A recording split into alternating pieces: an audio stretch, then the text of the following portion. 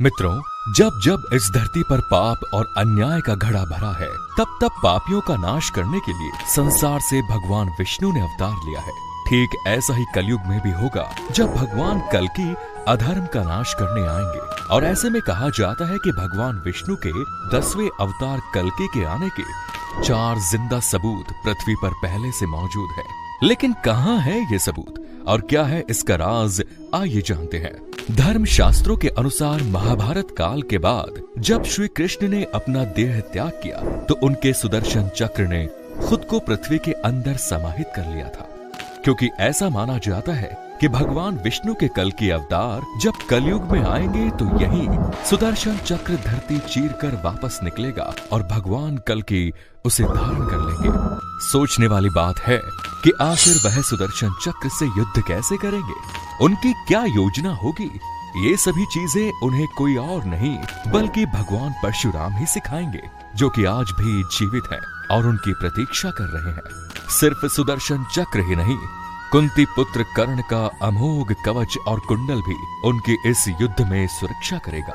बताया जाता है कि महाभारत काल के बाद आज भी समुद्र देव और सूर्य देव इस कवच और कुंडल की सुरक्षा पुरी के कोणार्क में सदियों से कर रहे हैं। और तो और दोस्तों, काली पुरुष के खिलाफ होने वाले इस युद्ध में भगवान कल्कि का सबसे बड़ा हथियार ब्रह्म पदार्थ साबित होगा। जी हाँ, वही ब्रह्म पदार्थ जिसके बारे में कहा जाता है कि वह भगवान श्री कृष्ण का दिल है, जो आज भी भगवान जगन्नाथ की मूर्ति में धड़कता है। धर्म विद्वानों की माने तो ब्रह्म पदार्थ में असीमित शक्तियां और कलयुग में इसी ब्रह्म पदार्थ की मदद से कल्कि अवतार काली पुरुष को पराजित करेंगे। इसके अलावा भगवान कल्कि के होने वाले परिवार के बारे में बात की जाए तो उसका जिक्र हमें भागवत पुराण के स्कंद 12 के अध्याय 2 में साफ साफ एक कथा के माध्यम से देखने को मिलता है। कहानी के मुताबिक यूपी के संभल गांव में भगवान कल्कि का जन्म होगा और वो अपने माता पिता की 5वें संतान होंगे, जो समय आने पर देवदत्त नाम की घोड़ी पर बैठकर आएंगे और तलवार से पापियों का नाश करेंगे, जिसके बाद सतयुग का प्रारंभ होगा। कथा में ये भी बताया गया है कि भगवान कल्कि की 2 पत्नियां होंगी, लक्ष्मी रूपी पद्मा और वैष्णवी रूपी रमा। भगवान कल्कि की पत्नी वैष्णवी के बारे में बताया जाता है कि उन्होंने त्रेता युग में ही जन्म ले लिया था। दरअसल त्रेता युग में दक्षिण भारत में रत्नाकर नाम के एक राजा हुआ करते थे। वो माता रानी की बहुत बड़े भक्त थे, परंतु वो संतानहीन थे। ऐसे में एक दिन माँ काली, माँ सरस्वती और माँ भगवती राजा रत्नाकर की भक्ति से प्रसन्न हुई और तीनों ने मिलकर अपने तेज का एक एक अंश भक्त रत्नाकर की पत्नी के गर्भ में आशीर्वाद स्वरूप दे दिया। इसके साथ ही उन्होंने रत्नाकर के सपने में आकर ये भी बताया कि उनके घर में दिव्या बालिका जन्म लेने वाली है, जिसको कलयुग में लोग पूजेंगे और भविष्य में एक खास किरदार निभाएंगे।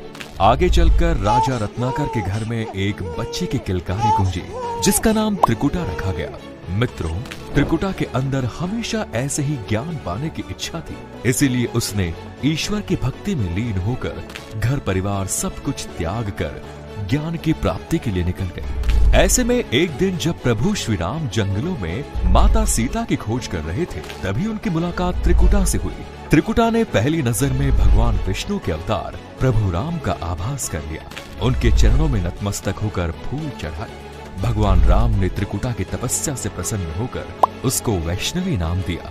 परंतु जब त्रिकुटा ने भगवान राम को उनके अंदर समाहित होने की प्रार्थना की, तो उन्होंने इसके लिए उसे मना कर दिया और कहा कि समय आने पर एक दिन मैं तुम्हारे पास आऊंगा और अगर तुम मुझे पहचान पाओ तो मैं तुम्हारी सारी इच्छाएं पूरी कर दूंगा।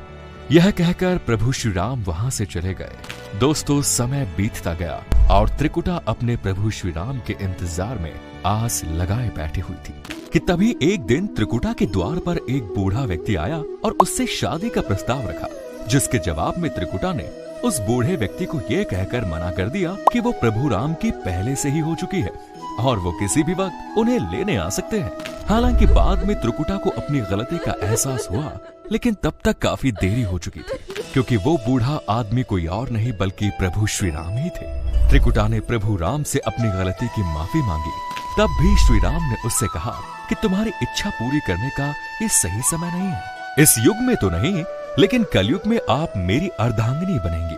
अगर वह उत्तर भारत के त्रिकुट पर्वत पर जाकर तप करेंगे, तब कलयुग में मैं आपको कल्कि के अवतार के रूप में अपना बनाऊंगा। इसी दिन के बाद माता ने त्रिकुटा पर्वत पर जाकर घोर तपस्या की और शरीर का त्याग करके 3 मुंह वाली पिंडी में समाहित हो गई। मान्यता है कि भगवान विष्णु के 10वें अवतार कल्कि का जब काली पुरुष के सर्वनाश के लिए जन्म होगा तो वह देवी वैष्णवी से विवाह करेंगे। वहीं भगवान कल्कि के 4 पुत्र भी होंगे, जिनका नाम जय विजय, मेघवाल और बलाहक होगा। अगर आपको पहले से किसी भी बात की जानकारी थी तो नीचे कमेंट्स में जरूर बताएं।